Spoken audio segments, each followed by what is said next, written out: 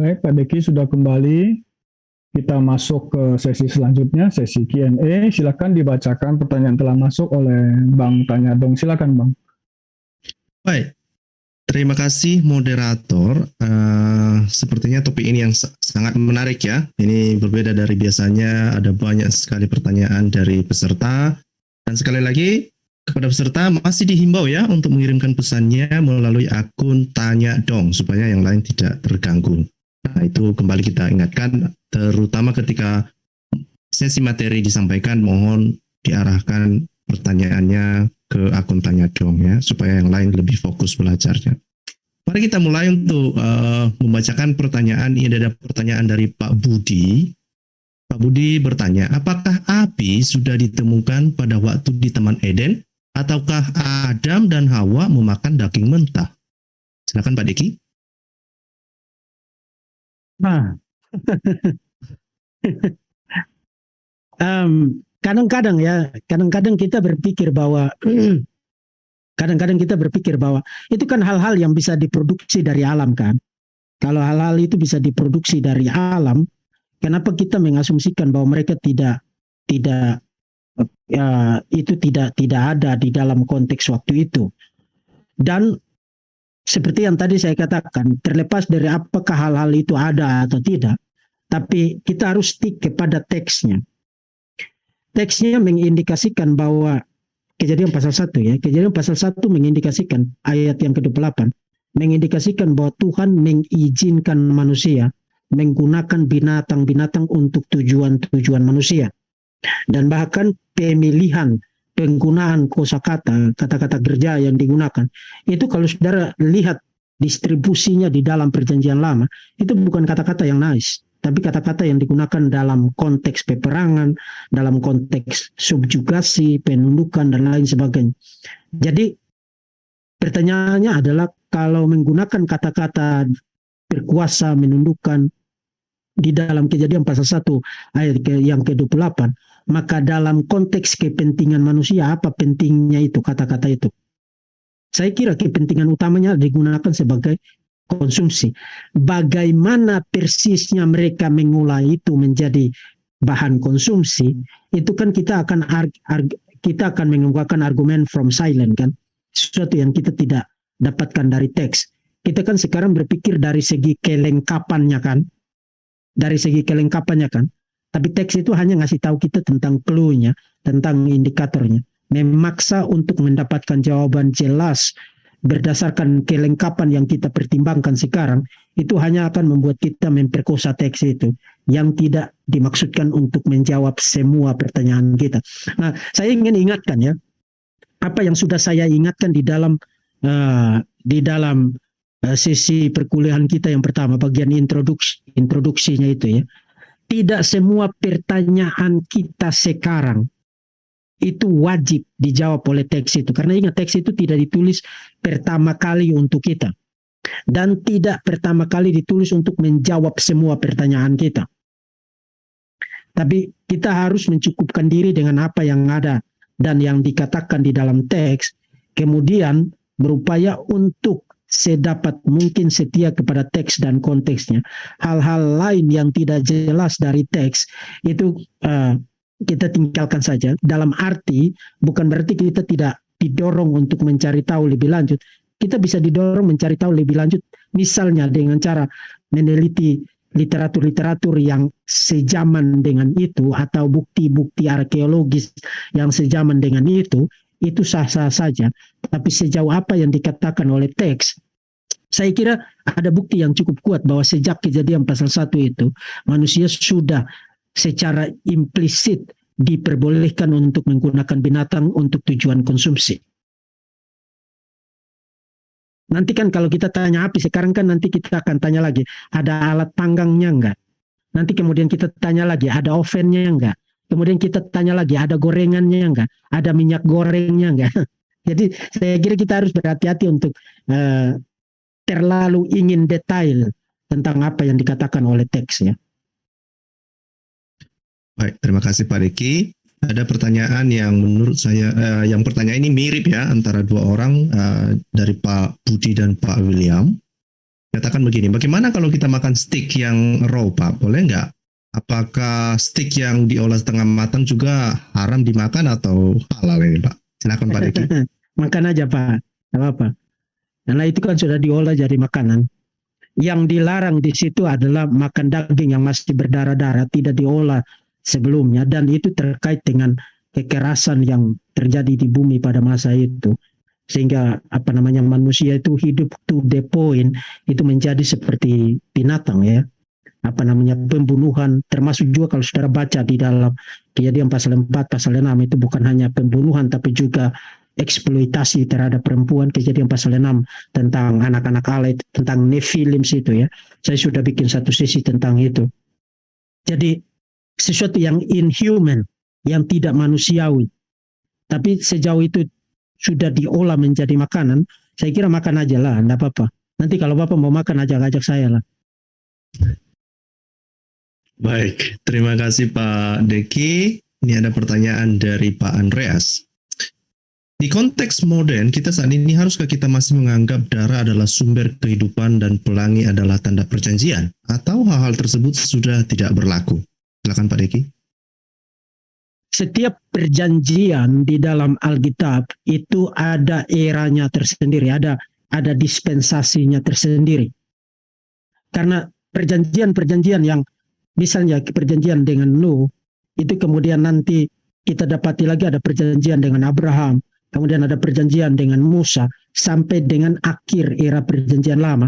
Kemudian sebelum akhir era perjanjian lama, itu kan ada janji tentang New Covenant, Yeremia pasal 31, yang nanti digenapi dengan kedatangan Yesus Kristus. Jadi validasi dari perjanjian-perjanjian itu terkait dengan periode-periode tertentu. Dan itulah sebabnya kenapa perjanjian, misalnya sekarang kan banyak orang yang membaca perjanjian lama secara tidak proporsional dan tidak secara secara baik dalam kaitannya dengan perjanjian baru, dalam kaitannya dengan penggenapannya di dalam New Covenant. Insist bahwa kita harus beribadah pada hari Sabat ya, karena itu muncul sangat jelas di dalam perjanjian dengan Musa. Ya, itu perjanjian dengan Musa. Tidak ada di dalam perjanjian dengan Musa. Itu perjanjian dengan ancient Israel ya, perjanjian dengan umat Covenant yang lama. Kita sekarang hidup di dalam era Covenant yang baru. Jadi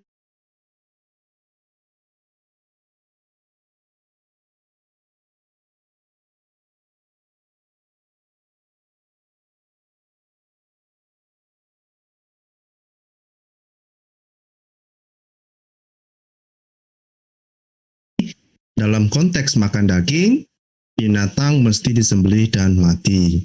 Apakah binatang sebelum kejatuhan manusia ke dalam dosa boleh mati? Bukankah catatan tentang kematian binatang yang pertama adalah setelah kejatuhan manusia dalam dosa? Terima kasih Pak. ya, itu argumen from silent ya, mengatakan bahwa kematian binatang yang pertama itu baru terjadi pertama di dalam Kejadian pasal 3. Karena Kejadian pasal 1 ayat 28 itu sudah mengindikasikan itu. Itu yang tadi saya katakan di dalam presentasi saya tadi. Kata berkuasa dan menaklukkan di situ, subdue di situ, dan rule di situ. Itu mengindikasikan bahwa manusia menggunakan binatang-binatang itu untuk tujuan-tujuan mereka. Itu bukan kata-kata yang nice, bahkan konteks penggunaan dari kata-kata itu adalah konteks peperangan, penaklukan. Jadi adalah argumen from silent, dan itu argumen yang tidak valid ya. Adalah argumen from silent. Kalau saudara membaca Kejadian pasal 3, itu sebagai momentum pertama di mana binatang itu mati. Karena kita sudah dapatkan indikator sebelumnya bahwa manusia sudah diberikan perintah untuk gitu ya. Baik, terima kasih Pak Diki. Saya lanjutkan ke pertanyaan dari Pak Darno. Ini pertanyaannya sangat luar biasa ini. Bagaimanakah pandangan Alkitab tentang manusia memakan daging manusia? Apakah rujukannya ada dalam Alkitab, Pak? Silakan Pak. Makan daging manusia. Saudara tidak boleh makan daging manusia, karena bahkan makan daging binatang saja diatur ya, diatur supaya jangan makan seperti kanibal, dan secara eksplisit saudara tidak dapatkan itu, tapi secara implikatif iya. Bahkan di dalam Kejadian pasal 9 ya, kalau saudara baca Kejadian pasal yang ke-9 ayat yang ke-5, itu kan bicara tentang jangan membunuh kan. Lalu dikasih alasannya di situ, karena manusia diciptakan menurut gambar dan rupa Allah. Itu mengulangi lagi apa yang sudah muncul di dalam Kejadian pasal 1 ya. Di situ dikatakan, tetapi mengenai darah, yaitu nyawa kamu, aku akan menuntut balasnya dari segala binatang, aku akan menuntutnya dari setiap manusia, aku akan menuntut nyawa sesama manusia. Siapa yang menumpahkan darah manusia, darahnya akan tertumpah oleh manusia. Sebab Allah membuat manusia itu menurut gambarnya sendiri. Nah, dilarang untuk membunuh secara implikatif, itu termasuk di dalamnya kamu tidak boleh menjadikan manusia yang lain sebagai bahan konsumsi. Bahan konsumsi itu sudah dibahas di Kejadian pasal 9 ayat yang ke-3 dan ayat yang ke-4. Dan event itu pun diatur supaya bagaimana menggunakan itu sebagai bahan konsumsi, itu digunakan secara secara human ya, secara manusiawi, jangan secara inhuman. Jadi jangan makan daging manusia ya. Membunuh saja tidak boleh, apalagi makan daging manusia. Jadi dalam hal ini kita bisa menggunakan argumen a fortiori. Jadi a fortiori itu dari yang kecil kepada yang besar. Jadi kalau yang ini saja tidak boleh, apalagi yang itu. Kira-kira begitu. Dan Yesus sering kali menggunakan argumen-argumen semacam itu ya. Di Matius pasal yang ke-6, kemudian khususnya di dalam khotbah di bukit ya. Misalnya Yesus bilang begini, kalau bunga yang tidak memintal saja dihiasi sehingga Salomo dalam segala kemegahannya tidak seindah dari salah satu bunga itu, apalagi kamu, burung yang tidak menanam dan menabur, tidak menabur dan menanam saja dipelihara Tuhan, apalagi kamu. Jadi kalau yang ini saja dilarang, apalagi yang itu. Itu argumen a fortiori ya. Dan itu bukan argumen from silence. Baik, terima kasih Pak Diki. Saya ingatkan lagi kepada Bapak Ibu, untuk pertanyaan-pertanyaan yang tidak berhubungan dengan topik malam ini, kita nanti ada sesi Q&A di sesi akhir ya. Jadi kita hanya fokus untuk menanyakan pertanyaan yang berhubungan dengan topik hari ini. Kita lanjutkan ke pertanyaan dari Ibu Indri Dwi. Selamat malam Pak Deki, mau tanya soal pelangi ini. Jika saya menyimpulkan kalau pelangi ini adalah tanda janji Allah tidak akan memakai air bah untuk menghapuskan manusia dan makhluk lain, tapi manusia tak punya kewajiban yang jelas pada Allah. Maksudnya peraturan harus ini dan itu. Apa itu kesimpulan yang benar? Silakan Pak Deki. Di dalam konteks waktu itu, sebenarnya itu adalah semacam janji dari Tuhan supaya bahwa Dia tidak akan lagi menghapuskan manusia seperti yang Dia lakukan di dalam Kejadian pasal 8 itu ya. Tetapi kalau saudara perhatikan baik-baik konteks Kejadian pasal 8, pasal 9, pasal 10, pasal 11, ada satu hal yang belum benar-benar di wipe out, dihanyutkan oleh Tuhan. Apa itu? Dosa in human hearts. Dosa di dalam hati manusia, karena persis setelah perjanjian itu, apa yang terjadi dengan Nuh? Yang terjadi dengan Nuh adalah dia mabuk. Dia hambanya itu dia tap anggur, kemudian dia mabuk. Kemudian dalam keadaan ketelanjangan, dan di dalam konteks waktu itu, ketelanjangan yang dimaksudkan di situ, itu bisa jadi sangat mengerikan. Mengerikan dalam arti bisa jadi terjadi satu hubungan seksual yang tidak wajar ya, antara Ham dengan Nuh atau dengan ibunya sendiri. Karena ketelanjangan Nuh itu nanti dibahasakan di dalam bagian-bagian lain di dalam Pentateuk, itu bicara tentang jangan menyingkapkan ketelanjangan ayahmu itu berarti jangan meniduri ibumu sendiri. Ya, di dalam konteks waktu itu. Jadi sesuatu yang sangat mengerikan. Kemudian baca terus sampai yang pasal 11 apa yang dilakukan oleh manusia. Mereka membangun tower, membangun menara yang mengulangi sebenarnya semangat yang ada di dalam Kejadian pasal 4 ketika Kain dan keturunannya membangun kota apa yang mereka ingin capai.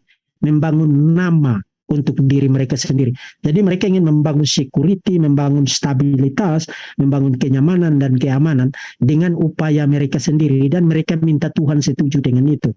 Jadi apa yang tidak di wipe out dari air bah itu, yang tidak di wipe out adalah dosa dan korupsi dosa. Dan itu nanti baru benar-benar secara prinsipil ditangani oleh Tuhan melalui kedatangan Yesus Kristus. Dan klimaks akhirnya nanti adalah langit baru dan bumi baru. Terima kasih Pak Deki. Kita lanjutkan ke pertanyaan berikut dari Pak Jo.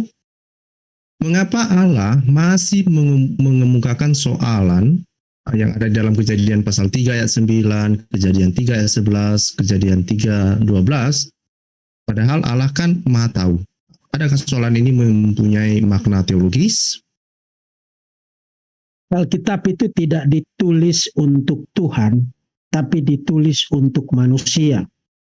Maka Alkitab harus ditulis dengan bahasa yang bisa dimengerti oleh manusia. Dan karena ditulis untuk manusia dan supaya bisa dimengerti oleh manusia, maka Alkitab harus menggunakan ekspresi-ekspresi yang manusiawi. Nah, itulah sebabnya membaca Alkitab, khususnya bagian-bagian yang terkait dengan Tuhan, ketika itu menggunakan gambaran dari pengalaman manusia atau dari diri manusia, kita jangan sampai kemudian berpikir bahwa kalau begitu maka Tuhan seperti saya. Misalnya, membaca gambaran tentang Tuhan punya tangan, Tuhan punya mata, Tuhan punya telinga, kaki Tuhan, langkah kaki. Itu tidak berarti bahwa Tuhan itu makhluk fisikal. Tapi menggambarkan satu imanensi. Tuhan itu hadir di dalam ciptaannya, hadir di dalam sejarahnya, dan berinteraksi dengan manusia. Nah, kalau Tuhan itu berinteraksi dengan manusia, maka bentuk penggambaran seperti apa yang akan digunakan? Ya, bentuk penggambaran seperti orang menceritakan sebuah peristiwa atau sebuah upaya untuk berkomunikasi. Dan tidak selalu pertanyaan-pertanyaan semacam itu karena kita tidak tahu. Bahkan di dalam hanya pada level manusia saja. Kita sudah tahu anak kita itu harus dibayar uang sekolahnya. Tapi kadang-kadang untuk membangun komunikasi, kita mengajukan pertanyaan. Kita sudah tahu bahwa ini perlu diadakan.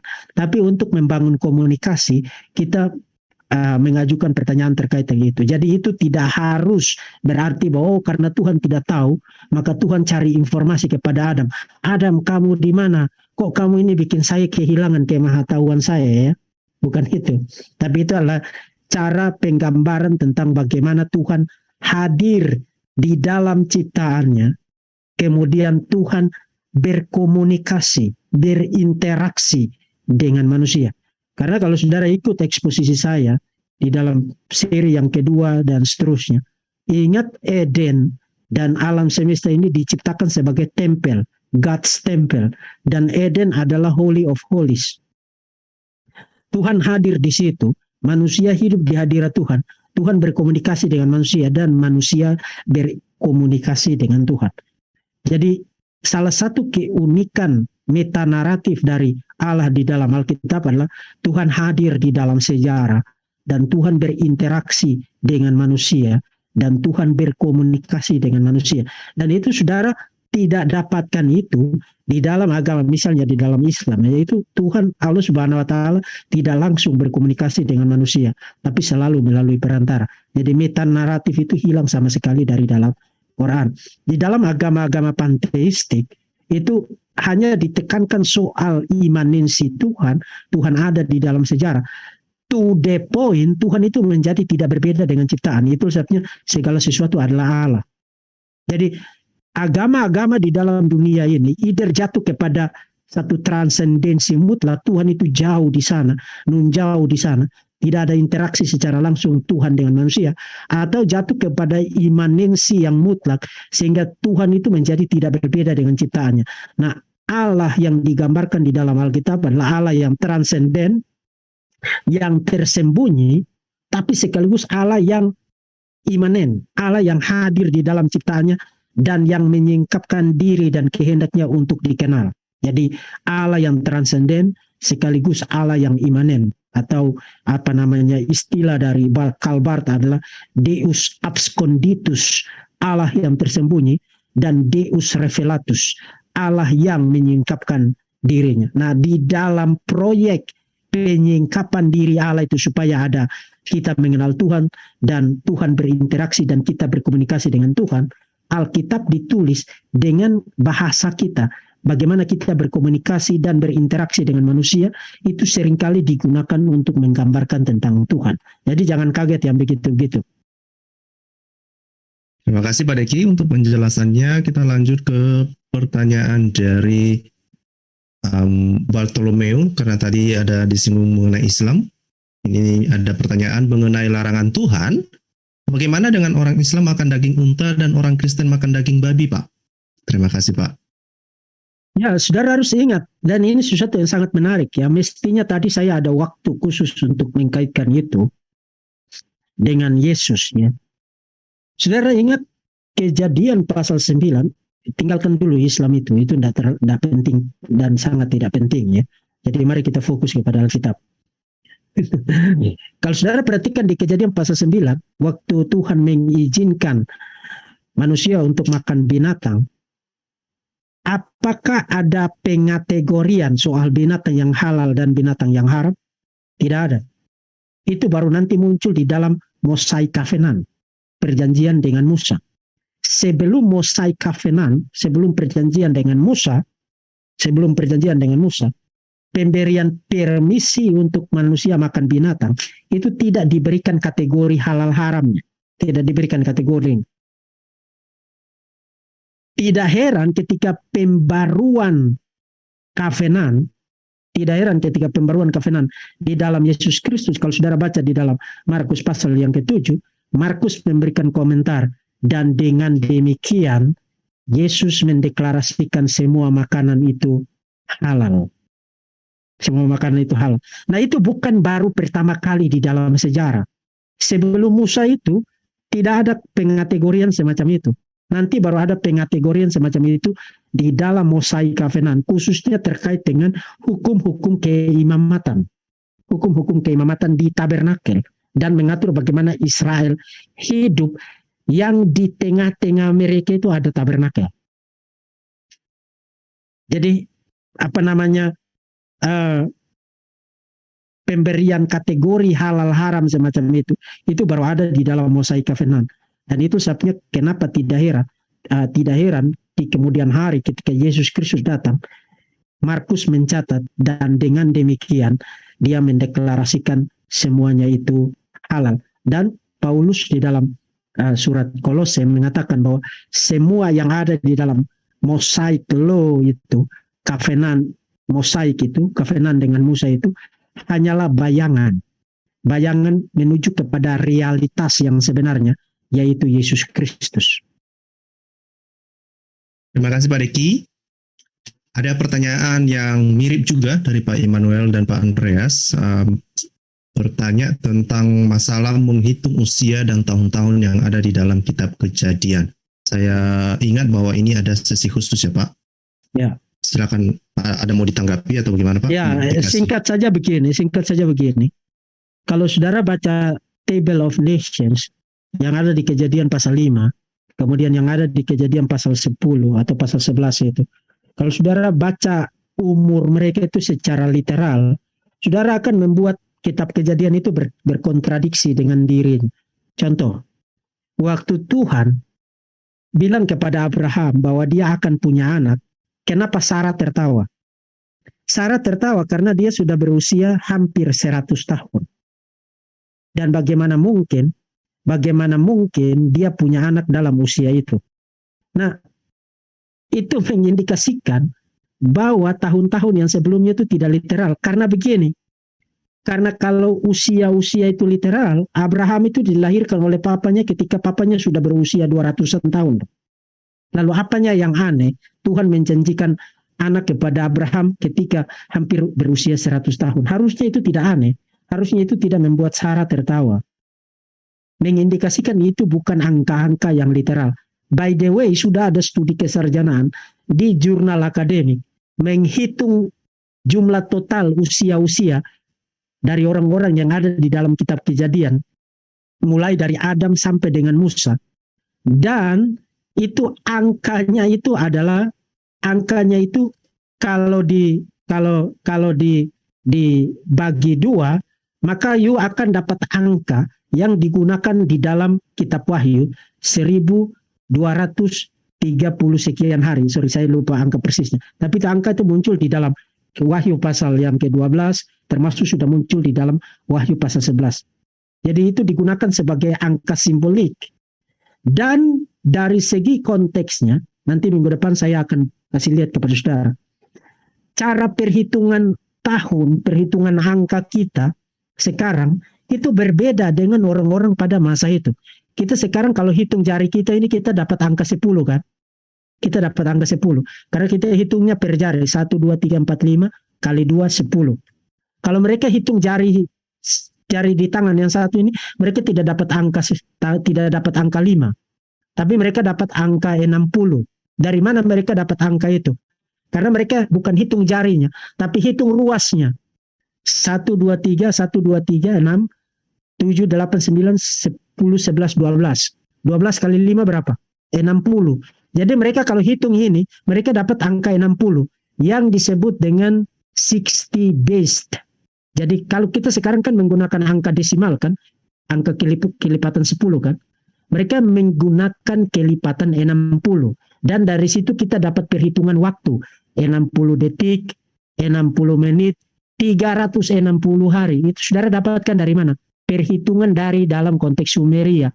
Konteks di mana perjanjian lama ada. Jadi saudara jangan langsung ini orang kok hidup 900 tahun. Sabar dulu. Nanti kita akan bahas itu di dalam minggu depan ya. Menarik. Dan ini ada pertanyaan yang terakhir dari Pak A26. Di dalam Kejadian pasal 4 ayat 17 dan Kejadian pasal 5 ayat 4, apakah istrinya Kain adalah saudari perempuannya? Sedangkan Kejadian pasal 5 ayat 4, Adam baru melahirkan anak-anak perempuan dan laki-laki. Mohon pencerahannya, Pak. Itulah sebabnya ada orang-orang, dan sekarang cukup banyak ya, orang-orang yang berargumentasi bahwa Adam bukanlah manusia pertama. Karena kalau you membaca Kejadian pasal 1, pasal 2, pasal 3, pasal 4 secara literal dan secara kronologis, memang kesimpulannya pada akhirnya ya Kain harus punya istri dari saudara perempuannya sendiri. Kalau manusia itu berasal dari satu sumber saja, dari Adam dan Hawa ya. Itu kesimpulan yang tidak terelakkan. Nah, kenapa kesimpulan itu banyak orang enggan untuk tarik dari teks itu? Karena kok rasanya nggak bagus banget ya, saudara laki-laki kok menikah dengan mengambil istri dari saudara perempuannya sendiri. Tapi itu menjadi sesuatu yang tidak terelakkan kalau kita percaya bahwa manusia ini berasal dari satu pasangan. Jadi lupakan dulu soal implikasinya itu, tapi pertanyaannya adalah apakah benar manusia ini berasal dari satu pasangan saja. Dan ya, bahkan sekarang sudah ada studi saintifiknya dan sudah ada buku yang ditulis secara khusus membuktikan bahwa semua manusia yang ada di dunia ini sebenarnya berasal dari satu pasangan. Itu sudah ada studinya. Dan nanti mungkin minggu depan kalau ada waktu nanti saya akan singgung buku itu. Saya mungkin tidak akan bahas itu secara detail, tapi paling tidak saya akan kasih referensi, kasih rekomendasi kepada saudara untuk saudara baca itu. Dan itu bahkan sudah ada studi saintifik bahwa semua manusia yang ada di bumi ini, kalau ditelusuri ke belakang, pada akhirnya kita akan nemu ini berasal dari satu sumber, berasal dari satu pasangan. Baik Pak, tapi bagaimana dengan asumsi dari pertanyaan tadi itu? Karena di kejadian 4 ayat 17 itu istri Kain Ya, sudah beristri, sementara Ya. baru anak perempuan itu dilahirkan di kejadian 5 ayat 4. Apa seperti Ya. itu Pak? ya itulah sebabnya tadi saya mau katakan bahwa apa yang dicatat di dalam kitab Kejadian jangan you baca sebagai satu catatan yang lengkap tentang apa yang terjadi di Eden, terjadi dengan keluarga Adam dan Hawa ya. Karena di dalam bagian introduksi saya sudah tegaskan bahwa pasal 1 sampai pasal 11 itu disebut sebagai apa namanya sejarah yang umum, sejarah dunia secara umum. Nah, tidak mungkin menulis sejarah dunia secara umum hanya dalam 11 pasal. Itu simply impossible. Itu sebabnya harus dilakukan apa? Harus ada selektif. Apa yang penting banget dalam kaitan dengan tujuan teologis dari catatan itu yang dimasukkan. Tapi tidak berarti bahwa yang tercatat di situ itu mewakili semua yang terjadi.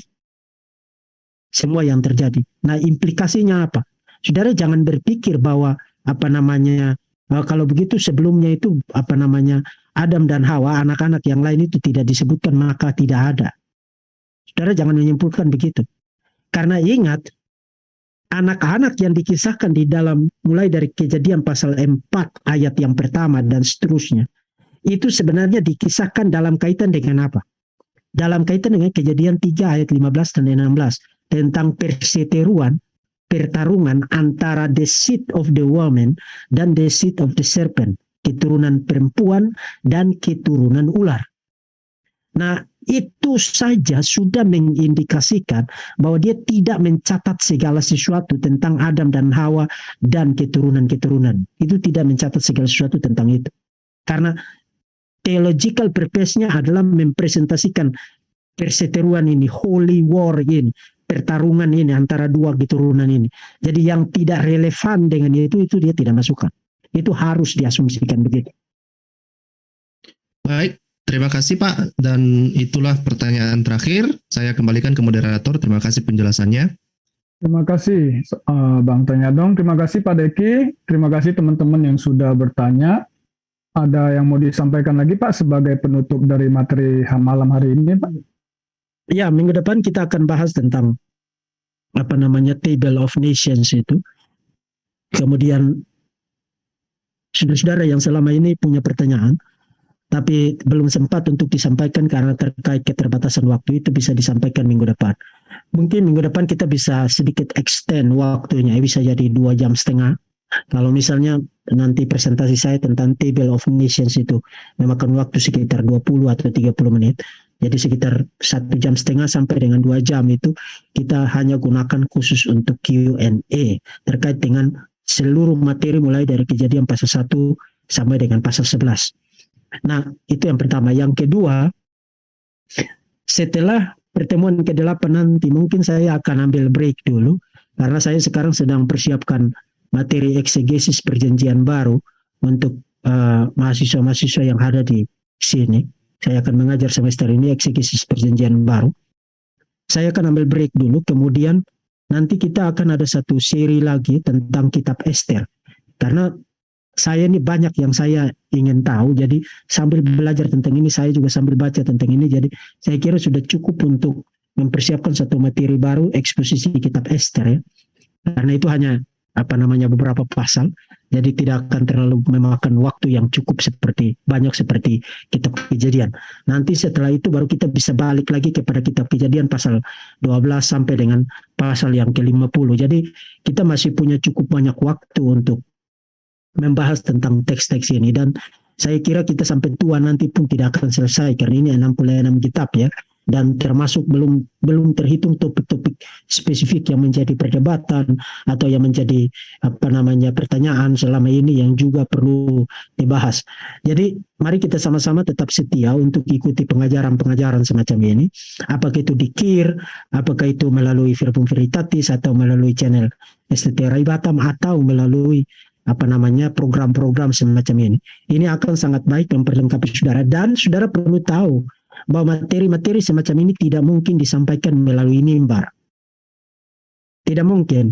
Jadi saudara perlu dapatkan ini dari materi-materi ekstra semacam ini. Ini dimaksudkan untuk memperlengkapi apa yang tidak mungkin disampaikan melalui mimbar. Jadi saya berharap saudara menggunakan kesempatan ini sebaik-baiknya, dan mari kita terus-menerus bertumbuh bersama untuk mencintai Tuhan dan melayani Tuhan sesuai dengan kapasitas kita masing-masing. Tuhan memberkati saudara-saudara sekalian. Baik, terima kasih Pak Deki. Teman-teman yang mau bertanya untuk kejadian 1 sampai 11, jangan lupa siapkan pertanyaannya. Kita hadir kembali, bertemu kembali minggu depan pada jam yang sama. Nanti akan diperpanjang untuk sisi Q&A-nya. Oke, akhir kata dari kami, pesan kami, jangan berhenti belajar, rendahkan hati, tetap ikutin Verbum Veritatis, Keluarga yang Marasuli, dan STT Rai untuk memperlengkapi sebelum kita diutus atau yang kita di dalam pengutusan. Terima kasih, kita tutup sesi malam hari ini dengan doa. Kami undang dengan kasih Pak Cik Lawak Saleh untuk menutupnya dalam doa. Silakan Pak Cik. Shalom, mari kita berdoa dan bersyukur. Di dalam nama Allah Bapa, Putra, dan Roh Kudus, Tuhan Allah Tritunggal, Tuhan sembahan kami. Kami mengucap syukur karena Tuhan memberikan kami kesempatan untuk belajar, dan mohon anugerah Tuhan melalui kuasa Roh Kudus supaya kami dapat mengingat, dapat mempelajari, dan dapat mempraktikkan apa yang kami sudah pelajari. Kami juga berdoa untuk Pak Deki Tuhan, agar kuasa Tuhan terus-menerus memberikan dia kekuatan untuk menjadi fasilitator bagi kami Tuhan, untuk belajar kebenaran firman Tuhan yang Tuhan sudah siapkan bagi kami. Terima kasih Tuhan untuk semua yang kami sudah alami hari ini. Kami bersyukur di hadapan Tuhan, dan kami akhiri pertemuan malam ini hanya dengan ucapan syukur dalam nama Tuhan Yesus. Amin. Amin. Oke, saudara-saudara, sampai jumpa lagi. Tuhan memberkati saudara-saudara sekalian. Terima kasih. Terima kasih Pak Deki. Halo.